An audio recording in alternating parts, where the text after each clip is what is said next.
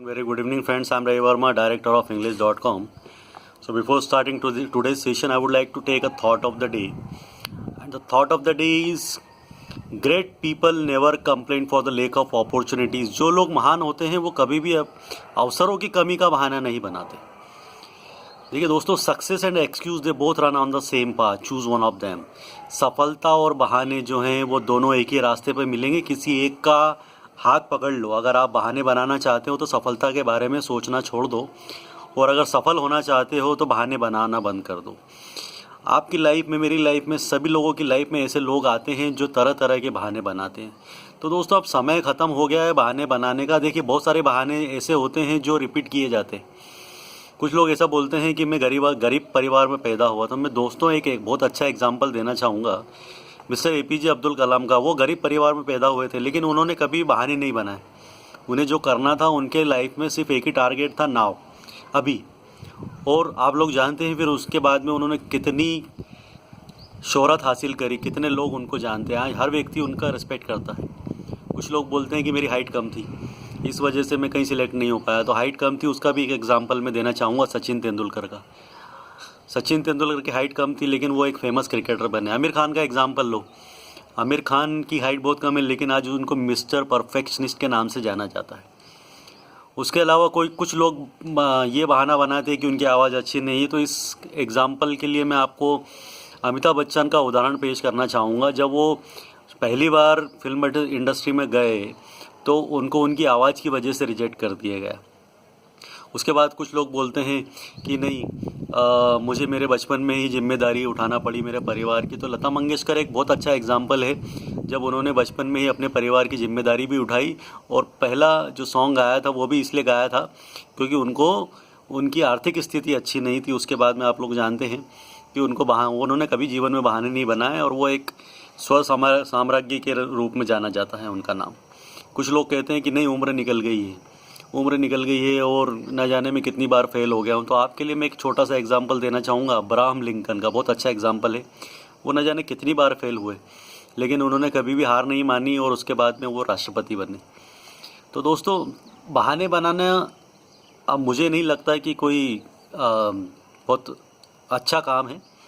तो stop making excuses.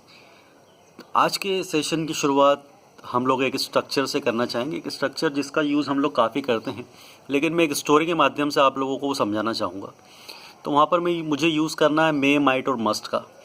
तो देखिए, मे, माइट, मस्ट का यूज़ हम लोग कैसे करेंगे. सपोज़ करें कि आप किसी गार्डन में घूम रहे हैं, और उस गार्डन में आप उस व्यक्ति से मिलते हैं जो आपका काफ़ी परिचित है. लेकिन शुरुआत ऐसे होती है कि आपने उसको काफ़ी दूर से देखा. जब आपने उसे काफ़ी दूर से देखा तब पॉसिबिलिटी कम थी पहचानने की, लेकिन आप बोलते हैं कि हो सकता है कि वो रवि सर हों. तो he might be Ravi sir. Might का यूज़ हम वहाँ करते हैं जहाँ पर संभावनाएं काफ़ी कम होती है. तो he might be Ravi sir जब पॉसिबिलिटी 10% के बराबर हो, 0% से 10% के बराबर हो. इसका एक एग्जाम्पल लेते हैं. जब आप किसी से पूछते हैं कि आपके पापा कहाँ हैं, तो वो बोलता है बच्चा कि मेरे पापा घर पर होंगे. लेकिन पॉसिबिलिटी कैसे बन रही है. उनके पापा का जो ऑफिस टाइम है वो 9:30 बजे का है, और मैंने ये सवाल पूछा 10 बजे. तो पॉसिबिलिटी बहुत कम है कि वो घर पर होंगे. तो हम इस टाइम पे बोल सकते हैं कि माय पापा माइट बी एट होम. ठीक है ना. माइट का यूज़ वहाँ करना है जहाँ पर संभावना काफ़ी कम हो. उसके बाद में थोड़ा सा और आगे जाते हैं तो देखते हैं कि उस व्यक्ति ने काली टी शर्ट पहनी हुई है. तो रवि सर ने भी सुबह काली टी शर्ट ही पहनी थी. तो वहाँ पॉसिबिलिटी बढ़ जाती है. तो जहाँ पॉसिबिलिटी 50% के आसपास होती है, तब हम मे का यूज़ करते हैं. तो वहाँ पर हम कहेंगे कि ही मे बी रवि सर. और जहाँ पर पॉसिबिलिटी 90% के ऊपर हो जाती है, कि जहाँ पर श्योरिटी के बराबर पॉसिबिलिटी है, तो वहाँ पर आप बोलेंगे he must be Ravi sir. ठीक है ना. तो 3 तरह से माइट का यूज़ वहाँ करना है जहाँ पॉसिबिलिटी बहुत कम हो. मे का यूज़ वहाँ करना है जहाँ पॉसिबिलिटी 50% के ऊपर हो. और आपको मस्ट का यूज़ वहाँ करना है जहाँ पर पॉसिबिलिटी बहुत ज़्यादा हो. अगर जैसे एक छोटा सा एग्जांपल मैंने आप लोगों को दिया था अभी थोड़ी देर पहले, कि आपके पापा घर पर होंगे. अगर समय 8 बजे का है तो पॉसिबिलिटी 90 to 100% है. तो आप बोलेंगे your father must be at home, है ना. और अगर पॉसिबिलिटी अभी 9 बज रहे हैं तो हो सकता है वो कभी कभी निकल जाते हैं 9 बजे. तो यहाँ पर 50% चांस है कि my father may be at home, तो जहाँ पॉसिबिलिटी 50-50% है वहाँ मे का यूज़ करें, जहाँ पॉसिबिलिटी बहुत ज़्यादा है वहाँ मस्ट का यूज़ करें, वो जहाँ पर पॉसिबिलिटी बहुत अधिक हो जाती है वहाँ पर आपको मस्ट का यूज़ करना है। चलिए, जहाँ पर पॉसिबिलिटी कम है वहाँ माइट का यूज़ करना है। इसके बाद में हम एक स्ट्रक्चर ले रहे हैं, किसी काम को आप अगर कर पाते हो तो वहाँ पर आप एबल टू का यूज़ करें। एबल का मतलब होता है योग्य, एबल टू मतलब कर पाने योग्य हैं। तो इसमें मैंने बोला मैं अंग्रेजी बोल पाता हूँ, तो I am able to speak English. I am able to speak English का मतलब है मैं अंग्रेजी बोल पाता हूँ, वह अंग्रेजी समझ पाता है, तो he is able to understand English. He is able to understand English का मतलब है वो अंग्रेजी समझ पाता है ना। आप काम को सही तरीके से या आप काम को सही समय से पहले कर पाते हैं, तो you are able to do your work before time, है ना। मैं रोज़ 1000 रुपये कमा पाता हूँ, तो I am able to earn 1000 rupees daily. अब इसी को जब आपको नेगेटिव बनाना है तो नेगेटिव बनाने के लिए आपको नॉट एबल टू का यूज़ करना है या अनएबल टू का यूज़ करना है, दोनों का यूज़ कर सकते हैं। जैसे कि मैं अंग्रेजी नहीं समझ पाता हूँ तो I am unable to understand English.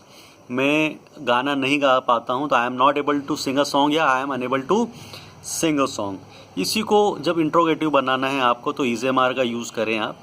तो क्या आप क्रिकेट खेल पाते हैं? So are you able to play cricket. और आप क्रिकेट कैसे खेल पाते हैं? How are you able to play cricket. जैसे पिछले कुछ वीडियोज़ में मैंने बताया कि किस तरह से अफर्मेटिव, नेगेटिव और इंट्रोगेटिव सेंटेंसेस बनाते हैं, बिल्कुल आपको वैसे ही बनाना है। थोड़ा सा आप प्रैक्टिस करना स्टार्ट करें। जैसा मैंने बताया था कि इंग्लिश सिर्फ स्ट्रक्चर की वजह से आप सीख पाएँ ऐसा पॉसिबल नहीं है, आपको इसको आदत में लाना पड़ेगा। और आदत में लाने के लिए आपको प्रैक्टिस करते रहना बहुत ज़रूरी है। जैसे मैंने एक एग्ज़ाम्पल आप लोगों को दिया था कि हमारी प्रॉब्लम ये है कि we always try to translate Hindi into English. So we can not learn English by translating only, we will have to understand English. हम लोगों को समझना पड़ेगी अंग्रेजी क्या होती है। It is a language and we know in the case of Hindi when we were kids, so that time we did not learn any grammar or any structure, we started speaking।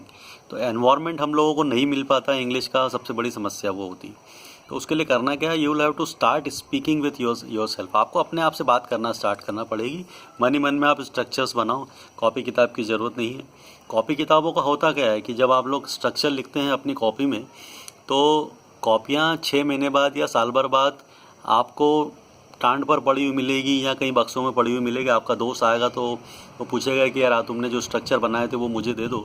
तो आप आवाज़ लगाओगे मम्मी को कि बोले वो जो मेरे नोट्स थे ना वो टांड के ऊपर से या कि अलमारी में से निकाल के इनको दे दो। तो हकीकत यही है। तो कंपल्शन ये है, ज़रूरी चीज़ ये है कि आपको प्रैक्टिस करते रहना है। And if you keep practicing then nobody can stop you to learn English. आपको कोई नहीं रोक सकता अंग्रेजी सीखने से। देखिए, हम लोग जब एक छोटा सा एग्जांपल लेना चाहूँगा, जब हम लोग एक्सरसाइज करने जाते हैं तो किसी भी पर्टिकुलर मसल्स को डेवलप करने के लिए हम लोग उसी मसल्स पे बार बार वर्कआउट करते हैं। तो एक ऐसी ही मसल्स होती जिसको हम लोग कहते हैं हैबिट। जब आप अंग्रेजी को एक हैबिट बना लोगे तो आप इजीली बोल पाओगे, है ना। तो आपको उस हैबिट को डेवलप करने के लिए बार बार उस मसल्स पे काम करना पड़ेगा जो मसल्स यहाँ हैं। और वो मसल्स पर जब आप अच्छी तरह से काम कर लोगे तो आप इजीली स्पीक कर पाओगे। तो कोई ऐसा रॉकेट साइंस नहीं है इंग्लिश सीखने के लिए। So friends, keep on learning English. रोज़ मैं आप लोगों को वीडियोस दे रहा हूँ। आज एबल टू का यूज़ बताया मैंने आपको, माइट, मे और मस्ट का यूज़ बताया। और दूसरा ये है कि I will keep motivating you. मैं आप लोगों को मोटिवेट करता रहूँगा, क्योंकि देखिए मोटिवेशन ज़्यादा देर टिकता नहीं है, क्योंकि नहाना भी नहीं टिकता है।